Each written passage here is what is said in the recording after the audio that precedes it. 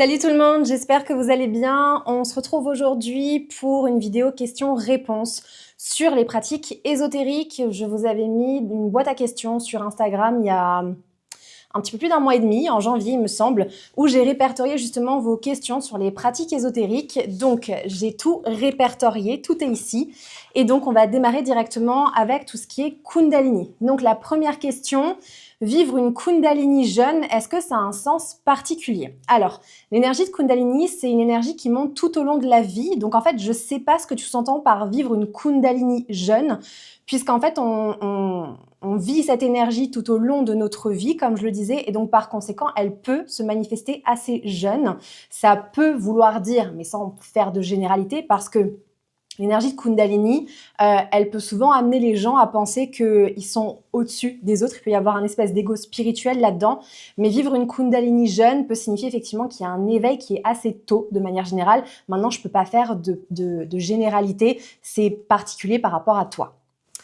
Quand il y a Kundalini, est-ce le signe qu'on doit changer de vie? Pas forcément. Effectivement, une montée de Kundalini peut engendrer un changement de vie, mais une montée de Kundalini peut aussi se faire suite à un changement de vie qui a été actionné volontairement. Donc en fait, là aussi, il n'y a pas de règle absolue.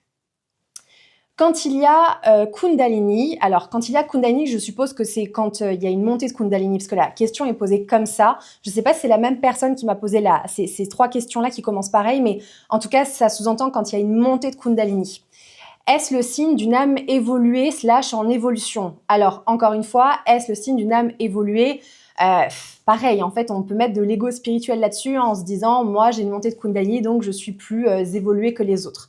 La Kundalini signifie qu'il y a des prises de conscience, qu'en fait, on est effectivement en cheminement et en évolution. Donc oui, quand il y a une montée de Kundalini, c'est qu'en fait, on est en évolution. Est-ce que pour autant, on peut mettre l'étiquette d'âme évoluée? Ouais, je trouve que ça nourrit l'ego spirituel et j'aime pas trop ce terme-là. Quand il y a montée de Kundalini, est-ce le signe qu'on a un destin particulier? Alors, pas forcément, puisqu'en fait, on est censé tous, en tant qu'être humain, en fait, faire monter cette énergie Kundalini. Maintenant, quelqu'un qui va se contenter d'avoir une vie contemplative.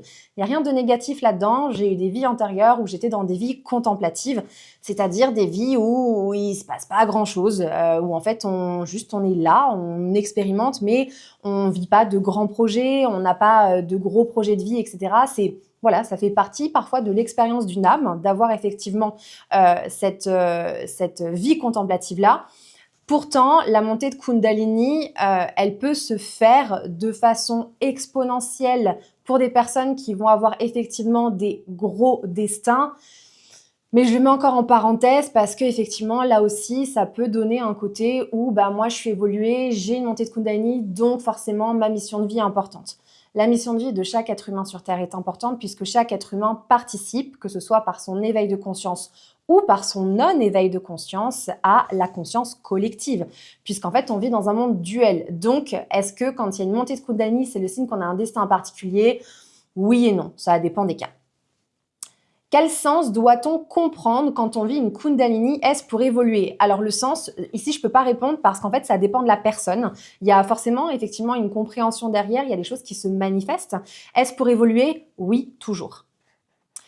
Pourquoi vit-on une Kundalini, surtout quand elle survient spontanément lors de méditation? Eh bien, parce qu'on a une ouverture de conscience qui se fait. Donc, en fait, il y a une activation de certaines compréhensions énergétiques et donc, forcément, la Kundalini arrive. Vivre une Kundalini violente, qu'est-ce que ça signifie? Ça signifie qu'on l'a forcée.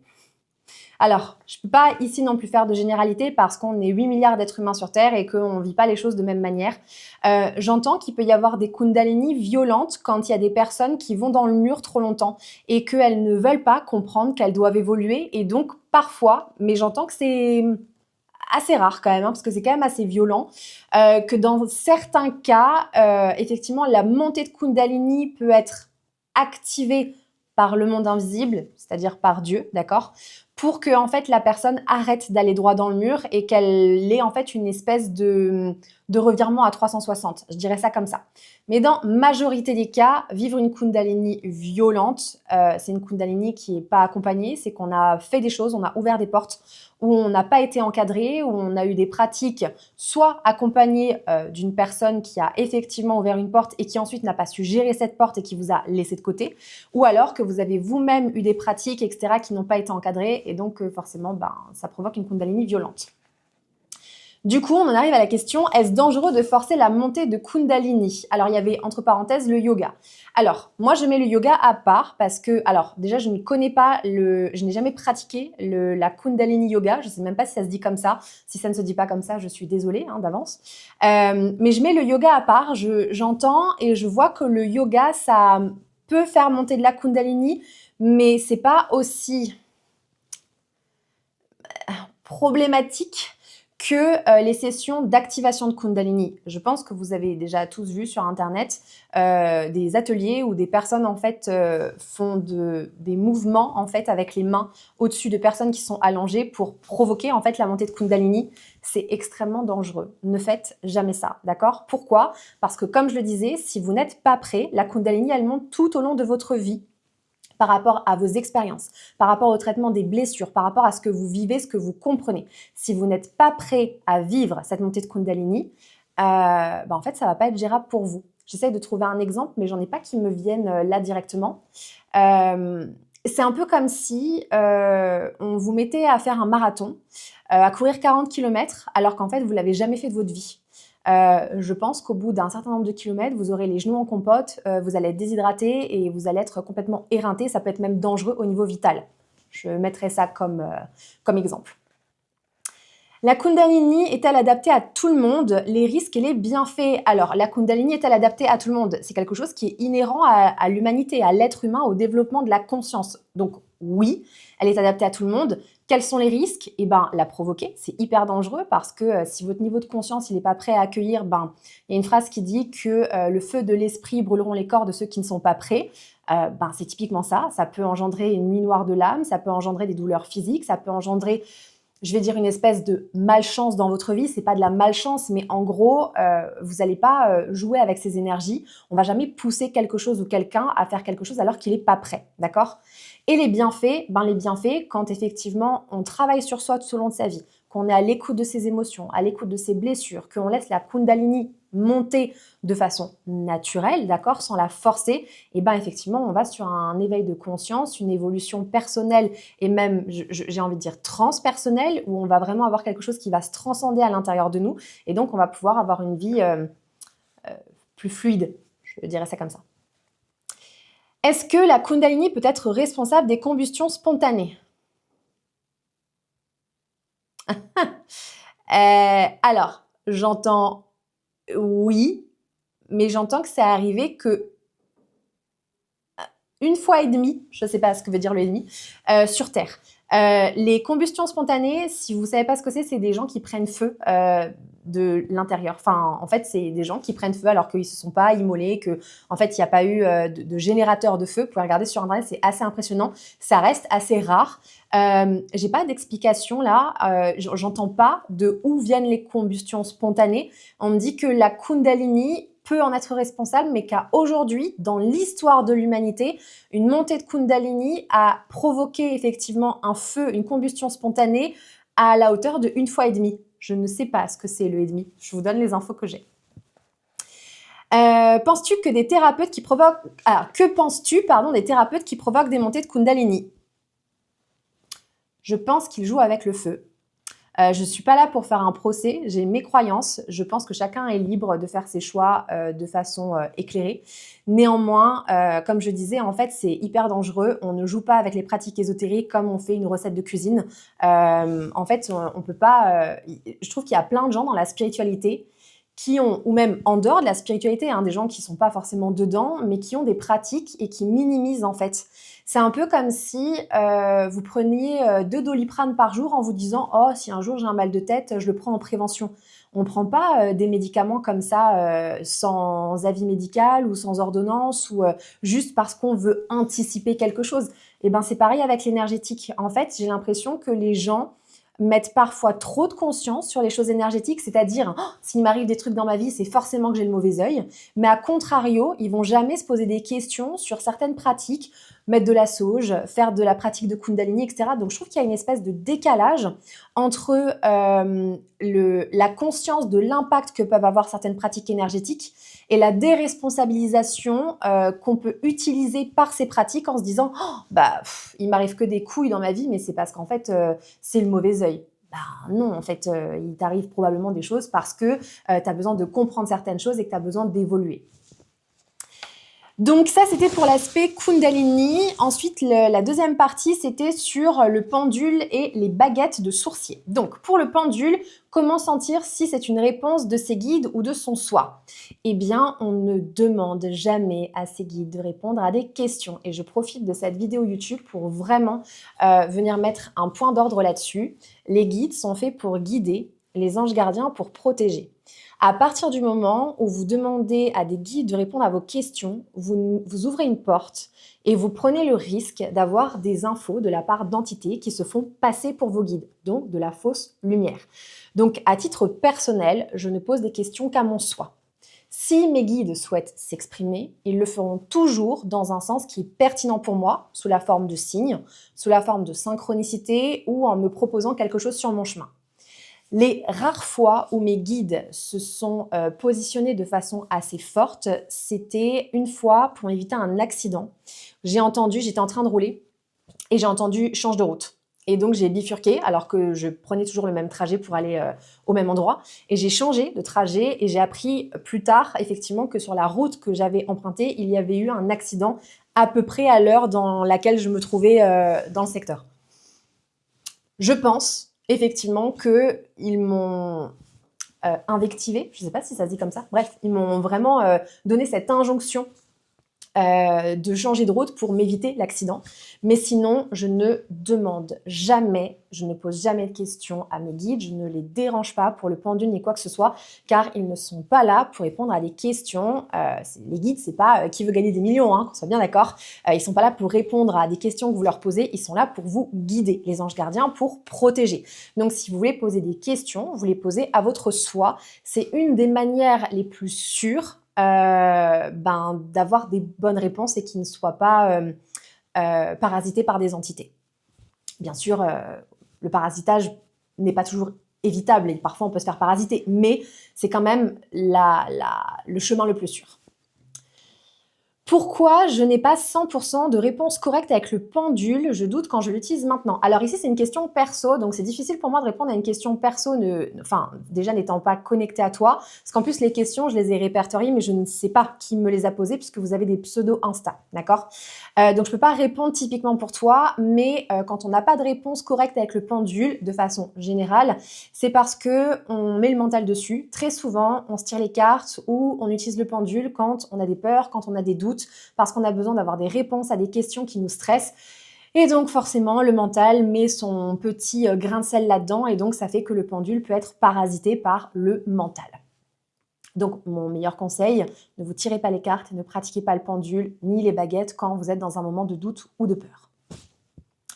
Comment faire pour que le mental n'interfère pas avec le pendule? Il y a plusieurs techniques. Il y a la technique de compter en inversé dans sa tête. Par exemple, tu poses ta question et tu vas compter de 30 jusqu'à 0, donc 30, 29, 28.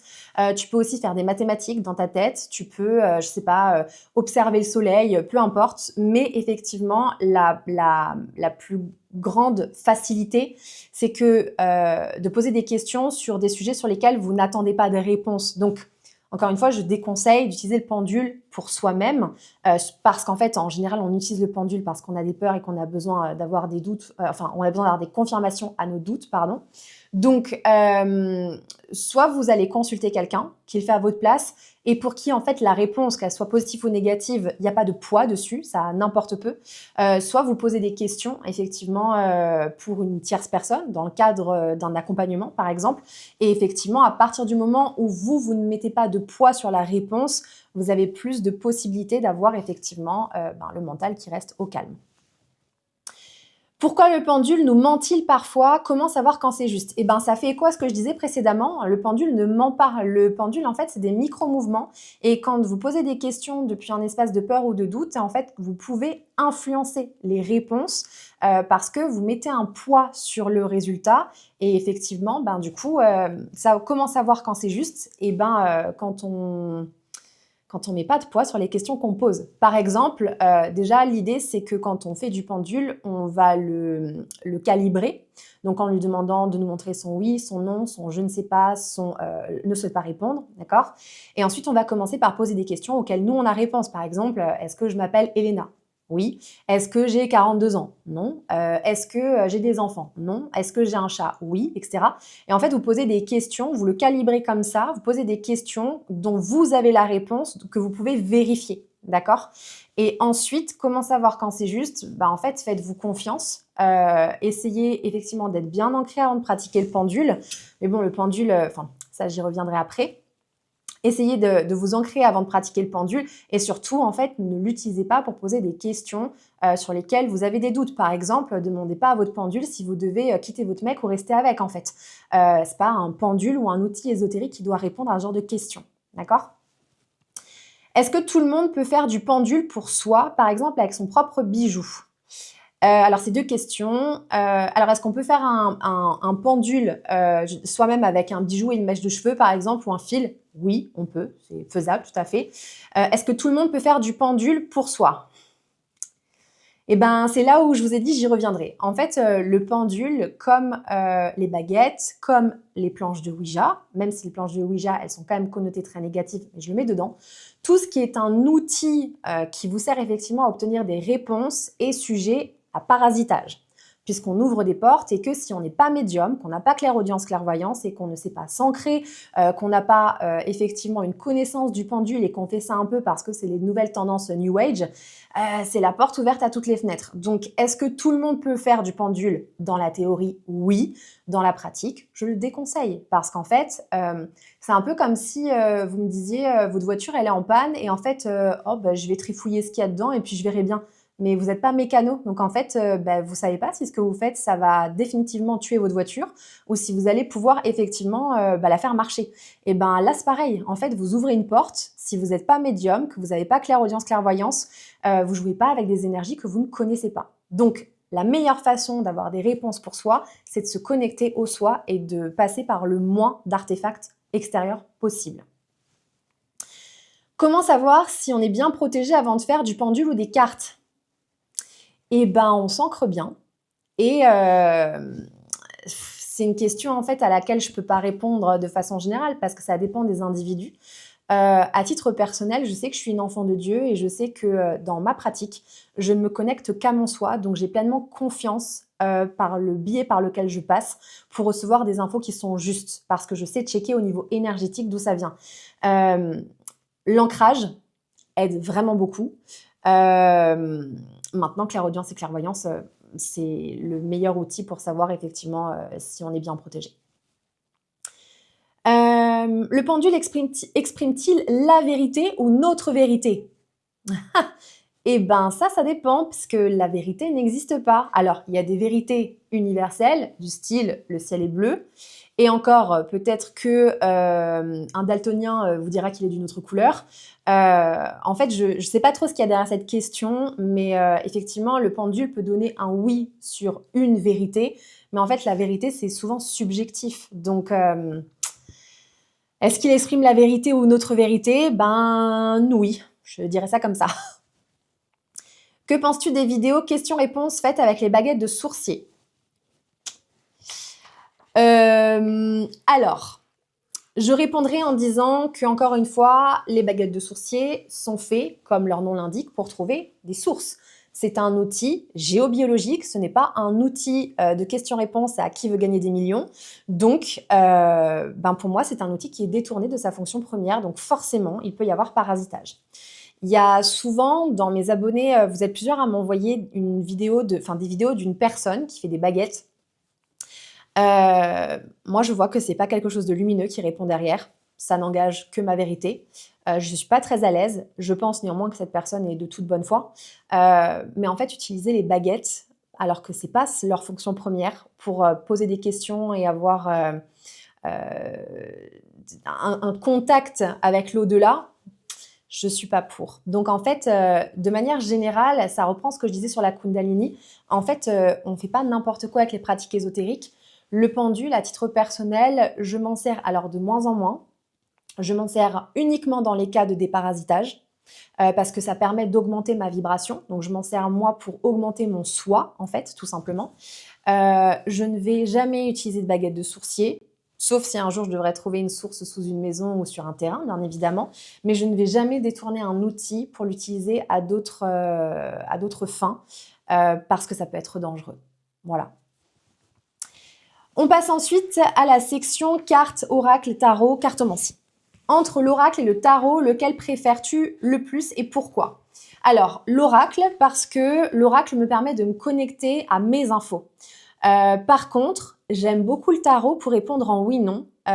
Franchement, c'est de la pure flemme, je l'avoue.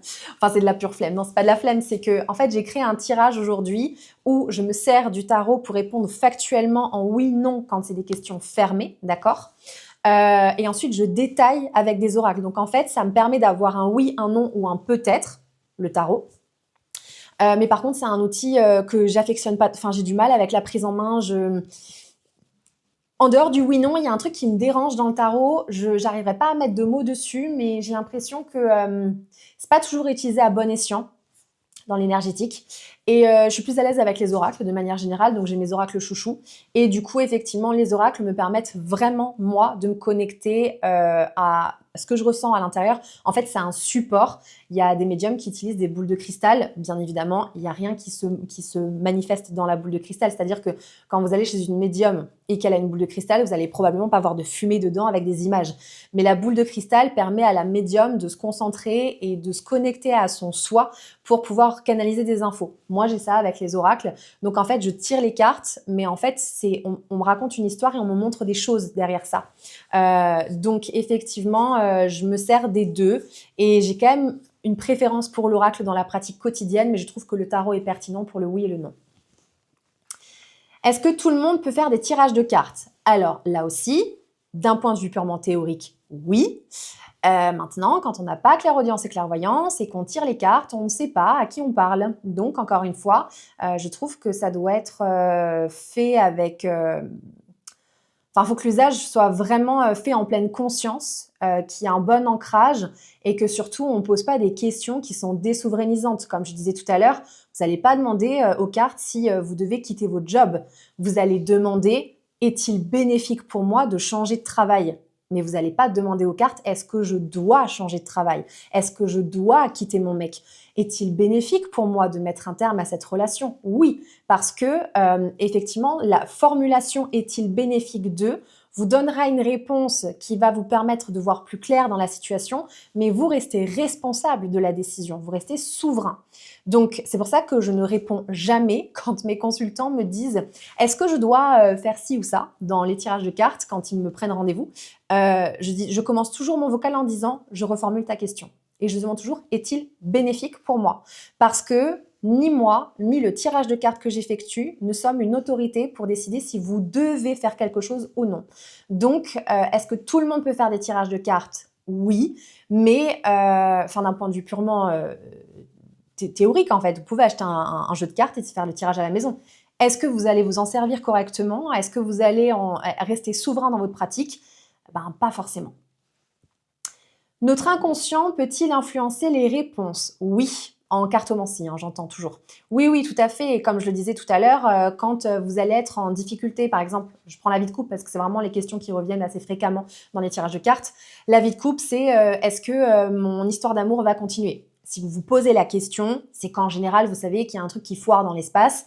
Et en fait, du coup, le tirage de cartes, si vous le faites à vous-même à ce moment-là, il peut complètement être influencé par votre inconscient. C'est-à-dire que si vous vibrez très, très, très fort, oui, je veux que la relation, elle continue, potentiellement, les cartes vont vous dire ce que vous voulez entendre. D'où l'intérêt, en fait, de se faire tirer les cartes par quelqu'un qui est neutre, qui ne met pas d'émotion ou de poids énergétique sur la réponse qu'elle va vous donner. Et j'ai déjà entendu des médiums. Alors non, pardon, je me reprends. c'était des cartomanciennes. Je ne peux pas affirmer qu'elles sont médiums, mais elles étaient cartomanciennes parce qu'on peut être cartomancienne et se servir en fait des livrets pour faire un tirage de cartes sans être médium. Bon, c'est la porte ouverte à toutes les fenêtres parce qu'on ne sait pas avec qui on parle, qu'on soit bien d'accord. Mais encore une fois, théoriquement, c'est faisable. Et j'ai déjà entendu des cartomanciennes dire que lorsque le tirage n'était pas en la faveur, par exemple, est-ce que je vais quitter mon mec et que la réponse était oui, j'ai déjà entendu des cartomanciennes dire qu'elles refaisaient les tirages jusqu'à ce que ça corresponde pour que en fait, leur cliente ne soit pas trop bousculée. Alors sachez que chez moi, ça n'arrivera jamais. Si vous venez me poser une question et que vous me demandez est-ce que la relation avec mon compagnon va durer sur l'année à venir et que la réponse est non, je vous dirai que la réponse est non. Ça ne sous-entend pas que vous devez le quitter, ça vous donne un élément effectivement aujourd'hui de il y a quelque chose qui foire dans ton couple et en l'état actuel des choses, visiblement la relation, elle va pas perdurer, mais je détaille toujours pourquoi. Je dis toujours qu'est-ce qui sort là-dedans. Qu'est-ce qui se joue? Qu'est-ce que tu peux mettre en place si tu veux que ta relation continue? Ou au contraire, qu'est-ce qui ne doit pas continuer parce qu'en fait, tu es en train de te sacrifier.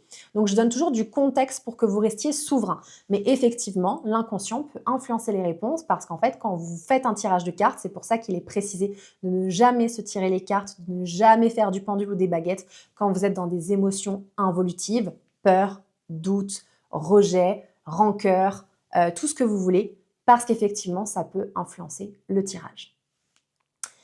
Suffit-il de regarder la carte et lire sa description pour faire une lecture de tirage d'oracle? Oui. Pour le tarot, on peut avoir de bonnes précisions. J'entends par rapport effectivement au descriptif des cartes. Par contre, pour les oracles... Attendez, je capte de l'autre côté. En fait, ils me disent que ça dépend des personnes. Il peut y avoir des personnes qui, sans avoir clairaudience et clairvoyance, vont avoir une intuition assez fine pour décrypter la carte sans que ce soit nécessairement proche de ce qui est écrit dans le bouquin, dans le descriptif du livret qui est vendu avec.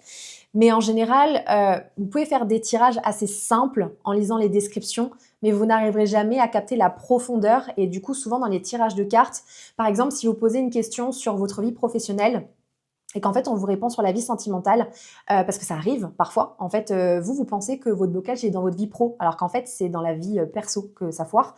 Les cartes, effectivement, peuvent sortir ce qui est le plus important pour vous. Si vous vous tenez au descriptif dans le livret, vous n'allez pas saisir la nuance en fait sur ce que les cartes veulent vous faire comprendre. C'est-à-dire, là, on ne te répond pas sur ta vie pro, on te répond sur ta vie perso. Et donc ça, j'entends que les personnes non médiums, mais avec une intuition assez fine, peuvent effectivement quand même faire des tirages pertinents sans forcément être médium et juste en lisant les descriptions. Mais par contre, juste lire les descriptions, c'est quand même assez restreint en termes de bonnes réponses. Les cartes doivent-elles être purifiées régulièrement? Alors, il y a deux écoles. Enfin, en tout cas, il y en a peut-être plusieurs, mais en tout cas, moi, j'en connais deux. Il y a la mienne et celle que j'avais entendue quand j'ai démarré. J'étais tombée sur la vidéo d'une cartomancienne qui faisait des tirages et qui tirait sur une table en bois. Et je me souviens qu'au début de son tirage, elle disait que si on veut tirer les cartes, il faut impérativement le faire sur un support en bois, jamais sur un support en verre, en métal, sur du sable, etc. Parce que sinon, le tirage était faux. Et à l'intérieur de moi, je me disais, mais n'importe quoi, enfin, ça résonnait pas du tout. Sauf qu'en fait, j'entends que ce soit sa vérité et que potentiellement pour elle, si elle n'est pas sur un support en bois, elle a la croyance qu'elle n'arrivera pas à avoir de bons messages, alors que pour moi, ça vibrait absolument pas juste. Donc, est-il nécessaire de purifier ces cartes régulièrement? Moi, je le fais jamais parce que j'estime que les cartes, en fait, elles sont empreintes de mon énergie et qu'on peut effectivement avoir une bonne communication entre elle et moi parce qu'en fait, on est liés. C'est un peu... ça va être un petit peu crade ce que je vais dire, mais c'est l'idée du doudou. Y a plein de gens qui ont des doudous de quand ils étaient gamins et qui veulent absolument pas les laver. Alors, bon, c'est pas très hygiénique, hein. Moi, ça me fait hérisser les poils. Mais je peux entendre le côté du lien, de l'affect et du côté énergétique qu'il y a derrière. Moi, j'ai ça avec mes cartes. Je les nettoie jamais. Et d'autant plus que, en fait, je me connecte toujours à mon soi pour avoir des réponses. Donc, j'ai pas besoin de nettoyer mes cartes. Par contre, tout le monde n'a pas le droit de toucher à mes cartes. Ça, c'est clair et net. Je ne laisse pas... Enfin, il y a des gens parfois qui m'ont demandé est-ce que je peux prendre le paquet. Ça m'est arrivé de dire non parce que je le sentais pas. Ça veut pas dire que la personne est mauvaise, juste que son énergie allait potentiellement entraver l'énergie qu'il y avait dans mes cartes. Parce que les énergies ne sont pas toutes compatibles. Hein. C'est comme des circuits électriques. En fait, si vous mettez les piles, je prends l'exemple des piles parce que les circuits électriques, je ne m'y connais pas, mais les piles, elles ont des plus et des moins. Si vous mettez les deux moins ensemble, ça ne va pas connecter. Si vous mettez le plus et le moins, ça va connecter, etc. Et ben, c'est pareil avec l'énergie des gens. Et c'est pas forcément que l'énergie est bonne ou mauvaise, c'est juste qu'elle n'est pas compatible. Donc, moi, je ne purifie jamais mes cartes. Par contre, je fais extrêmement attention à qui les manipule. Et très peu de personnes peuvent les manipuler. Voilà. Maintenant, libre à vous. Si en fait ça résonne pour vous et que c'est votre vérité, que vous devez nettoyer votre paquet de cartes à chaque tirage, moi, je suis personne pour vous dire quoi faire. Tant qu'en fait ça vibre juste pour vous, pour moi, c'est OK. On passe au Ouija, au spiritisme, au contact avec les défunts. Je me frotte les mains d'avance. Bonjour, le Ouija est-il un outil bienveillant ou non-lumière ? Alors, à la base, le Ouija, comme le pendule, comme les baguettes, est un outil neutre. Je dis à la base, d'accord ? La problématique est que la planche Ouija a été créée pour faire du contact défunt. Et elle a été beaucoup utilisée, notamment dans le passé. Il me semble que c'était à la Renaissance ou à l'ère victorienne que c'était très, très, très en vogue. Mais cela a été de tout temps, de communiquer avec les morts. Et en fait, les séances de spiritisme ouvrent des portes et on ne sait pas, en fait, qui arrive quand ces portes sont ouvertes. Donc, la problématique aujourd'hui, c'est que la Ouija, dans le monde obscur, donc dans le dark, dans la non-lumière, c'est-à-dire dans l'enfer, hein, si vous n'aviez pas compris, en fait, les démons, les entités savent que c'est un peu la cabine téléphonique pour contacter les vivants. Je ne sais pas si vous voyez l'image. Donc en fait, dans l'énergétique, la Ouija aujourd'hui est connotée comme étant un portail pour les entités négatives. Donc à aujourd'hui, oui, c'est un outil qui est non-lumière. Donc jamais de la vie. Je n'ai jamais fait de Ouija de ma vie, je n'en ferai jamais. J'éduquerai mes enfants là-dessus parce qu'aujourd'hui, dans les rayons des jouets enfants, il existe des jeux avec des planches Ouija qui sont en vente libre, disponibles pour tout le monde. Donc bien sûr que non, je ferai de l'éducation là-dessus. Maintenant, chacun est libre de faire ce qu'il veut et de vivre les expériences qu'il a à vivre. Est-il possible de pratiquer la Ouija en sécurité ? Non. Non. Et même si c'était le cas, je continuerai à dire non parce que si je vous disais oui ici, ça laisserait la porte ouverte à des pratiques et je suis absolument contre ça. Et je ne veux inciter personne à faire de Ouija parce que les conséquences peuvent être catastrophiques. Donc non, nous ne pouvons pas pratiquer la Ouija en toute sécurité. On associe généralement la Ouija comme négatif. Pourquoi ? Eh bien, pour les raisons que j'ai expliquées. Parce qu'en fait, ça a été extrêmement utilisé pour contacter effectivement le monde d'à côté et notamment les démons, hein, même si ce n'était pas forcément la volonté première. Mais du coup, aujourd'hui, les démons savent que c'est le portail le plus rapide pour venir parasiter des personnes et venir se manifester auprès des humains. Est-ce que faire le Ouija est dangereux ? Oui, pour toutes les raisons nommées précédemment. Que penses-tu de l'utilisation des baguettes de sourcier ? Alors pardon, il y a une coquille parce que cette question a déjà été posée. Donc les baguettes de sourcier, j'ai déjà répondu précédemment. Donc globalement, sur le Ouija, effectivement le spiritisme, alors et les baguettes, même si effectivement là la question c'est qu'est-ce que je pense des baguettes comme outil de contact avec les défunts ? Pareil, en fait, c'est les baguettes de sourcier, c'est des baguettes pour la géobiologie, donc ça n'a rien à faire pour contacter les défunts. Donc globalement, j'avais déjà répondu tout à l'heure. On passe du coup à la section purification, fumigation, encens, palo santo, etc.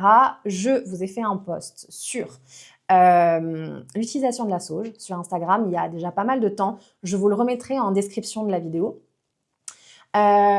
Donc, première question, le palo santo, si on aime l'odeur, ça attire quand même le négatif. Alors, j'entends qu'on ne peut pas faire de généralité, mais que dans le doute, moi, je ne prendrais pas le risque. En fait, j'entends qu'on puisse aimer l'odeur, mais de l'autre côté, ils me disent que, quand je dis « ils me disent », d'accord, c'est mon soi et mon équipe spirituelle. J'entends qu'ils me disent qu'en fait, on peut aimer l'odeur de quelque chose, mais que ce n'est pas pour autant qu'elle est forcément bénéfique pour nous. Par exemple, il y a des gens qui adorent l'odeur de l'essence. J'en fais partie. Néanmoins, je pense que si je venais à sniffer de l'essence pendant 20 minutes, j'aurais un mal de crâne interminable. Donc en fait, c'est pas parce qu'on aime une odeur que c'est forcément bénéfique pour nous. Donc est-ce que ça attire quand même le négatif? Ben en fait, tu as une chance sur deux. Parfois, ça peut ne pas l'attirer, mais le Palo Santo est utilisé à la base effectivement pour ouvrir des portails.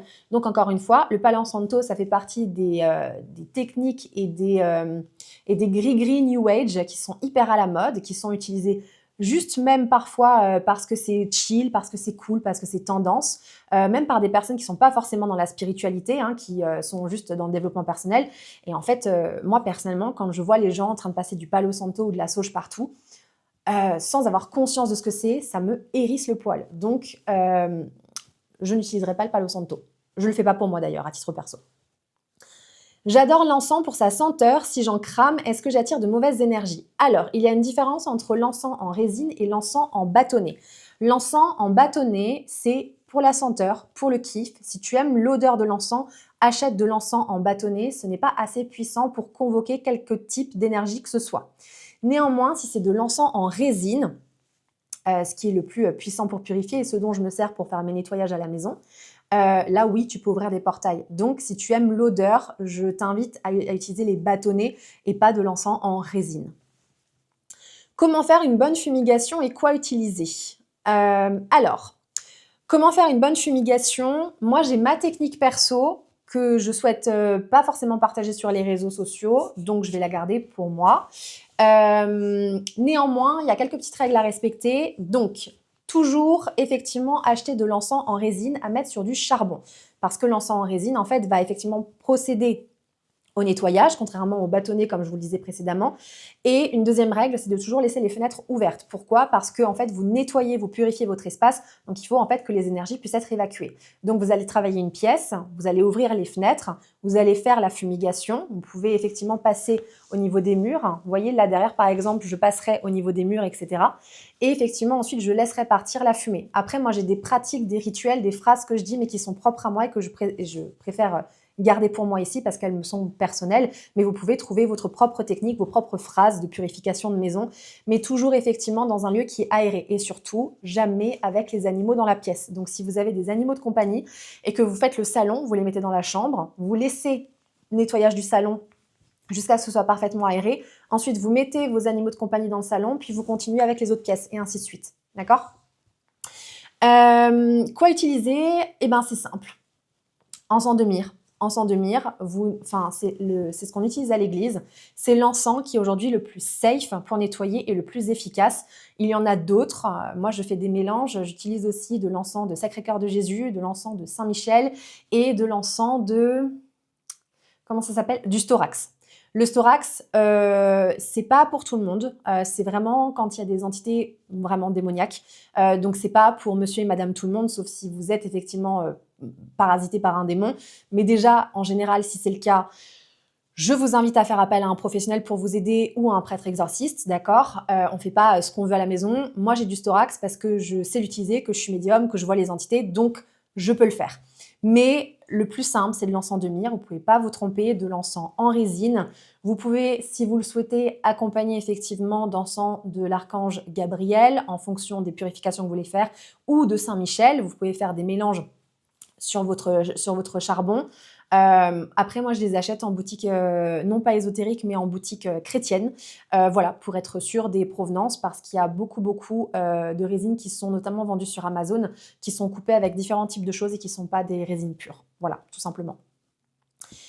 Est-ce que l'intention de nettoyer sa maison suffit pour qu'elle soit nettoyée sans fumigation? J'entends que ça dépend ce qu'il y a dans ta maison. S'il y a des parasites, l'intention suffit. Par contre, si c'est vraiment des nuisibles, va falloir dératiser.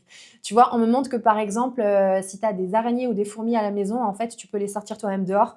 Par contre, si tu as une colonie de rats dans tes murs, là, c'est chiant et effectivement, il va falloir que tu utilises un produit ou en tout cas une aide extérieure pour y arriver. Donc, en fait, ça dépend, mais l'intention est toujours primordiale. C'est-à-dire que l'intention peut suffire dans certains cas, mais même si tu utilises de l'encens, effectivement, l'intention que tu vas mettre dans la purification en utilisant ton encens va servir effectivement au nettoyage. Si tu mets zéro intention et que tu n'utilises que de l'encens, ça ne servira à rien. Ensuite, on passe aux soins énergétiques, magnétisme, protection, ancrage, etc. Est-ce que les soins énergétiques sont sans risque? Le soin peut attirer des problèmes si la personne qui le fait n'est pas ancrée. Alors, est-ce que les soins énergétiques sont sans risque? Non, pas du tout. Il y a des soins énergétiques, effectivement, où on peut, en fonction... Alors là, on est plus sur le praticien, sur la déontologie du praticien, qui pourrait effectivement venir bouger des choses en vous alors que vous n'êtes pas prêt, comme les activations de Kundalini, d'accord? Et là, ça pourrait effectivement avoir des conséquences où en fait, votre mental, il peut péter un câble et ça peut provoquer des dépressions et des symptômes sévères.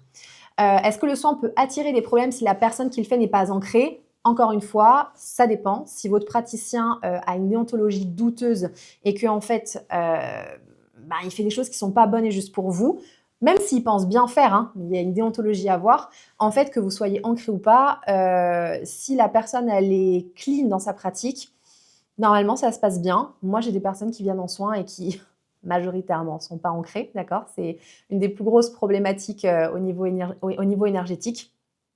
Mais ceux qui ont déjà fait des soins avec moi le savent, je ne vais jamais faire quelque chose qui irait à l'encontre de ce qui serait bon et juste pour mon consultant.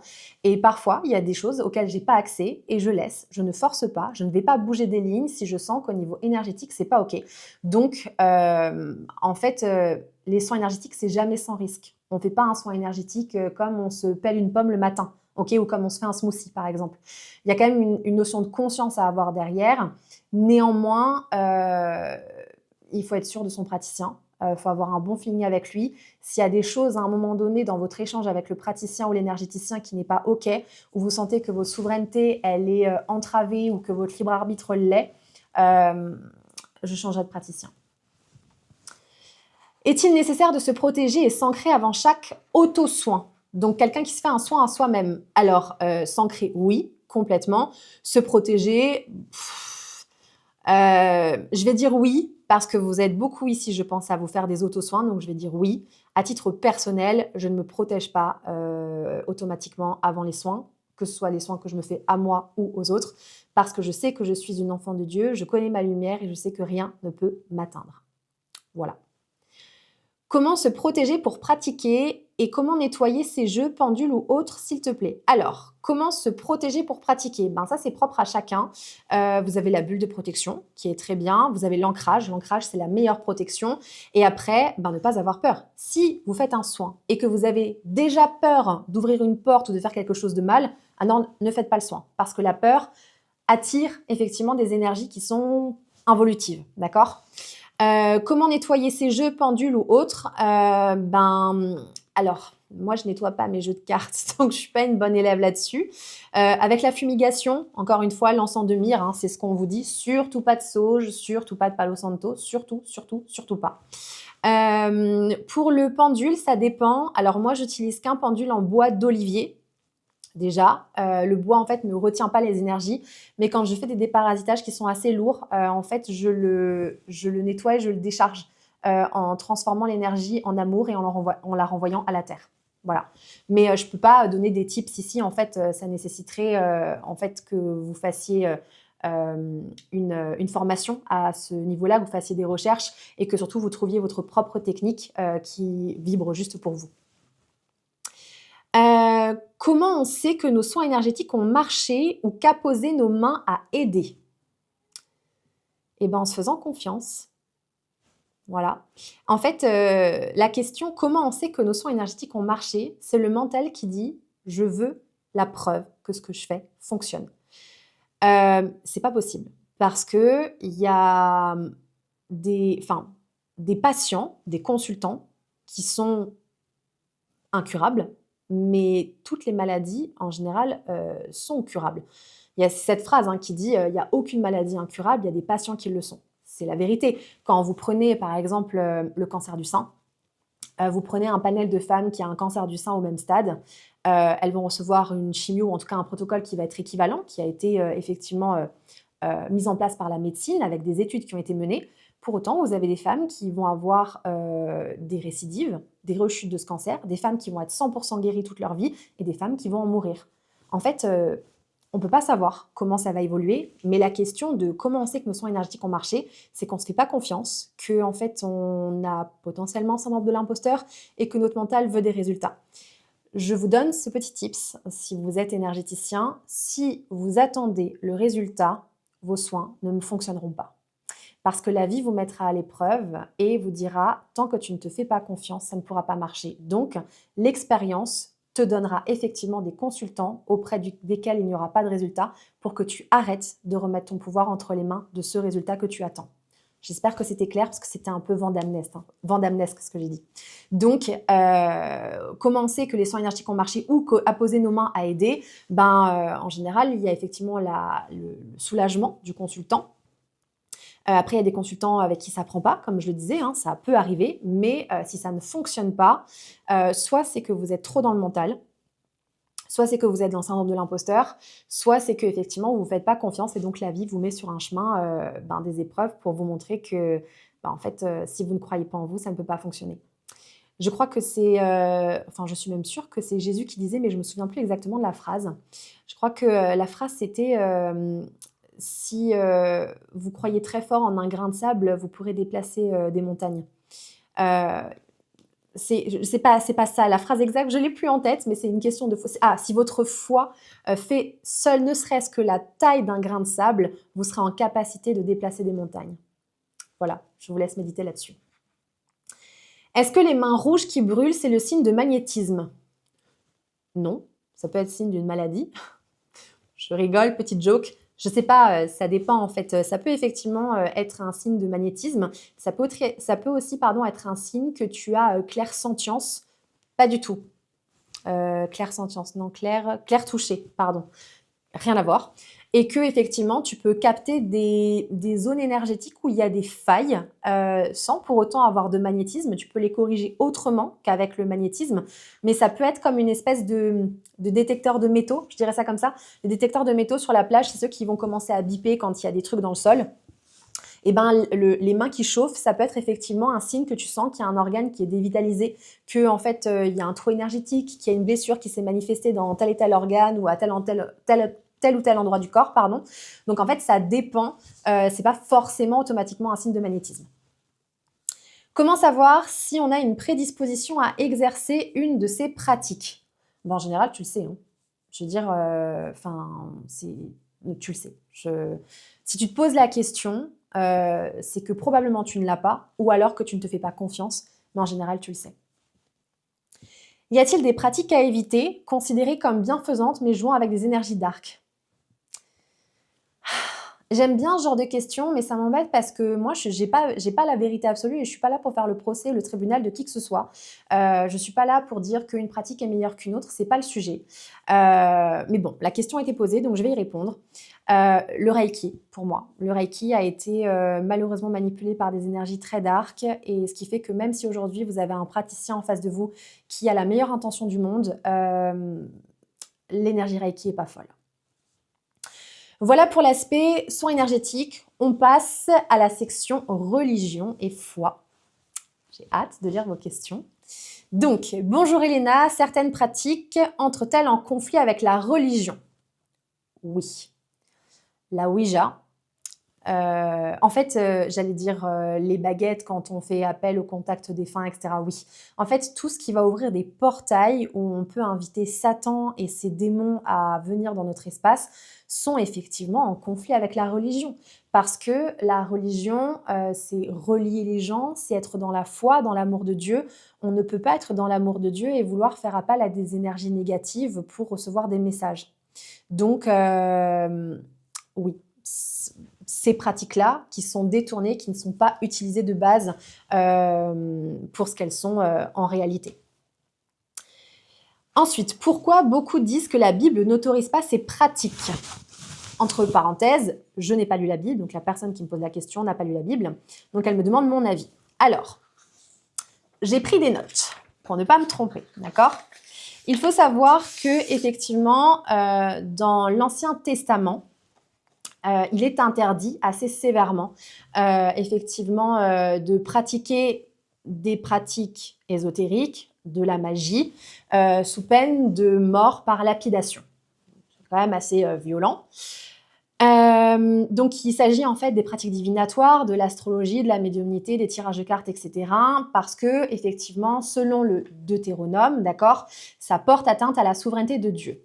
Donc en fait, ce qu'il faut comprendre, c'est que ça a été effectivement assez, comment je pourrais dire ça? Ça a été posé de façon assez violente dans les textes bibliques parce que effectivement, ça met en garde contre les faux prophètes et que vous avez la visite de mon chat sur la vidéo, qu'en fait, il y a énormément de faux prophètes, de faux miracles et de séduction spirituelle aujourd'hui, même à l'époque, mais aujourd'hui encore plus, qui viennent effectivement, avec ces pratiques, tenter de vous séduire pour vous maintenir dans des climats de peur, dans des climats de soumission, où en fait, eux se révèlent comme étant une vérité et que vous êtes des ignorants et que vous devez vous en remettre à la lumière de ces personnes.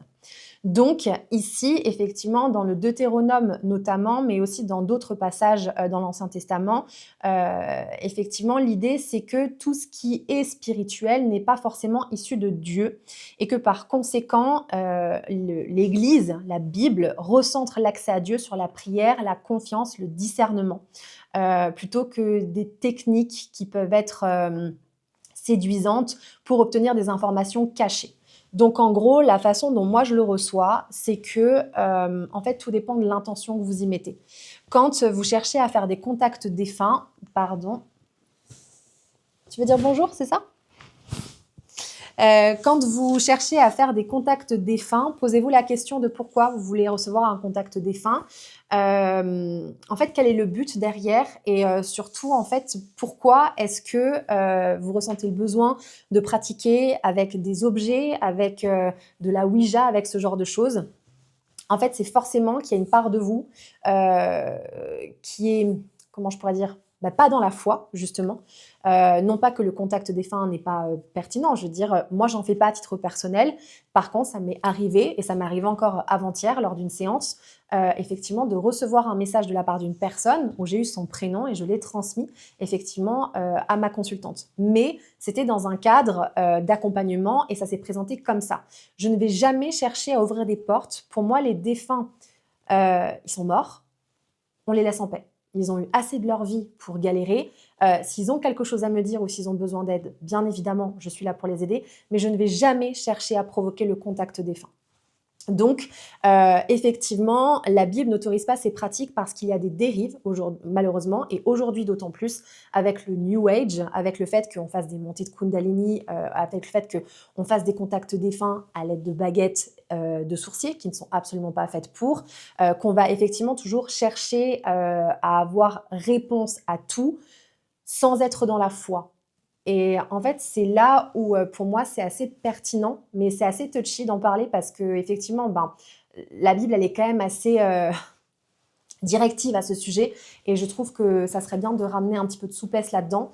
Mais il y a effectivement certaines pratiques où, en fait, je suis d'accord, elles sont dangereuses. On fait appel à des forces qui ne sont pas lumineuses et par conséquent, on ne peut pas être dans la foi et dans l'amour de Dieu en sachant qu'on va aller jouer avec des énergies de Satan, par exemple. Donc voilà pourquoi, effectivement, la Bible n'autorise pas ces pratiques. C'est parce que malheureusement, certaines personnes n'ont pas une bonne déontologie, parce que certaines personnes ne savent pas ce qu'elles font et qu'elles manipulent des énergies qu'elles ne connaissent pas. Parce qu'il y a aujourd'hui plein de personnes qui sont non médiums et qui font des formations et qui disent qu'après, elles peuvent effectivement voir les morts, faire des contacts défunts, etc. Alors, pourquoi pas, hein, je ne dis pas le contraire, mais en général, quand on sait qu'on a des capacités, en fait, on ne fait pas de formation. Il n'y a pas de formation pour devenir médium. On est médium et on se forme au pendule parce qu'on veut effectivement avoir un cadre et une pratique pour pouvoir pratiquer. Mais à la base, on ne fait pas de formation pour devenir médium. N'importe qui ne peut pas se dire médium du jour au lendemain parce qu'il a acheté un jeu de cartes. Donc pour moi, l'Église, effectivement, pour éviter les faux prophètes, les gens qui vous disent « je suis la solution, venez à moi, je vais vous montrer le chemin », alors qu'en fait, ils vous désouverainisent complètement, je suis un peu d'accord avec l'Église. Voilà. Que penses-tu de... entre guillemets, la pratique ésotérique n'est pas compatible avec Dieu et avec sa foi. C'est ce que je vous disais précédemment, en fait, sur la première question. En fait, tout dépend de la pratique ésotérique. À titre personnel, quand je soigne, je ne soigne qu'avec Dieu ou avec des prières issues de Dieu ou des prières chrétiennes. Je ne vais jamais chercher à invoquer des énergies New Age ou à faire des rituels païens, par exemple. Et ce, même avant que je revienne à Dieu, je n'ai jamais fait ce genre de choses. J'ai toujours été directement connectée à Dieu, même sans forcément aller à l'église, sans forcément être croyante dans la foi chrétienne, puisque effectivement, je suis baptisée, j'ai fait mes communions, j'ai fait mes professions de foi, etc. Mais il y a une différence entre être baptisée et être rentrée dans l'église parce que ça a été les us et les coutumes dans ma famille, et avoir une vraie foi en Dieu. Et donc, effectivement, la pratique ésotérique n'est pas compatible avec Dieu parce que, dans certains cas, elle peut appeler le démon, tout simplement. En tant que chrétienne, que penses-tu du fait que notre religion rejette l'ésotérisme? Comme je disais précédemment, je pense que c'est un garde-fou. Moi, à titre personnel, je me sens pas en danger. Quand je rentre dans une église, je ne brûle pas. Je dis ça parce qu'il y a plusieurs centaines d'années, on pensait que les médiums, enfin ce qu'on appelait les sorcières à l'époque, étaient brûlées quand elles rentraient dans des églises, qu'on était foudroyés, qu'en fait on prenait feu. Donc écoutez, si Dieu estime que je suis une bonne personne, il me laisse rentrer dans l'église, donc que je sois médium ou non. Et en plus, moi je vois les morts depuis que je suis petite, depuis que j'ai 3 ans. Donc c'est pas quelque chose que j'ai cherché à développer, c'est quelque chose qui s'est imposé à moi. Donc en fait, de tout temps, il y a eu des oracles, il y en a eu effectivement aussi du temps de Jésus. Jésus lui-même était un prophète, bon c'est Dieu, Jésus est Dieu donc il est à part, mais Jésus a formé ses apôtres pour qu'ils puissent soigner comme lui. Jésus a formé ses apôtres pour qu'ils puissent recevoir l'Esprit Saint.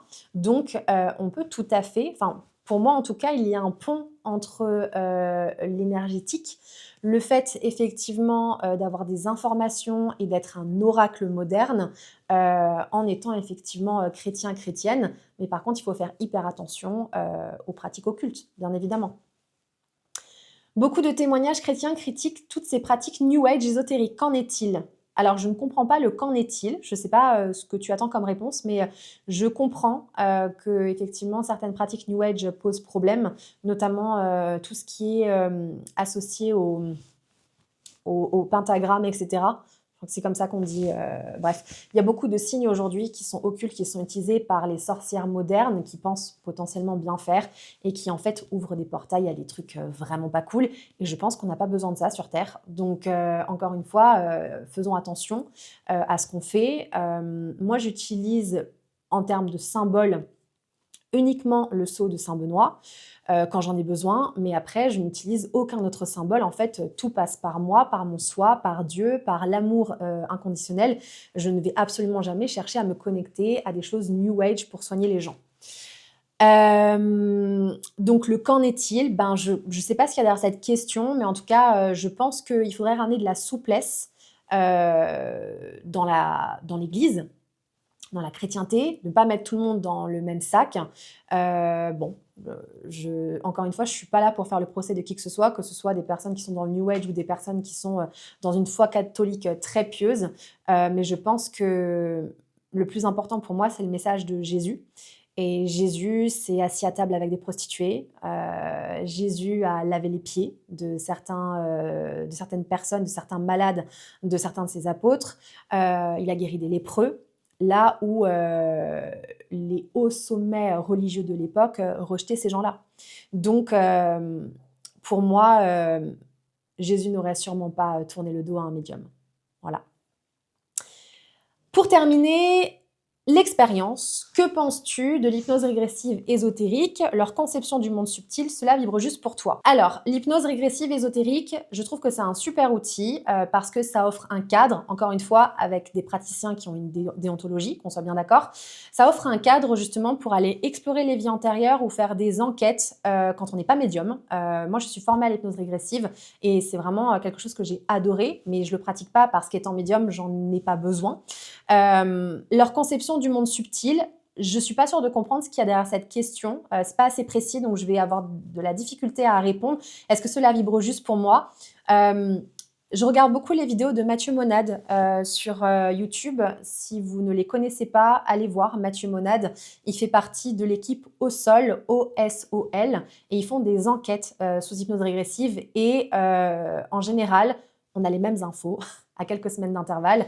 Donc, en tout cas, la pratique de Mathieu Monade et de son équipe vibre effectivement assez juste pour moi. Maintenant, la conception du monde subtil, il y a plein de courants dans l'hypnose régressive ésotérique, il y a plein de praticiens, donc je ne peux pas me positionner de façon précise sur cette question de manière générale. Et pour conclure, peux-tu nous parler d'une forte expérience spirituelle qui t'a marqué? J'en ai beaucoup. Alors il faut que je vous en choisisse une qui est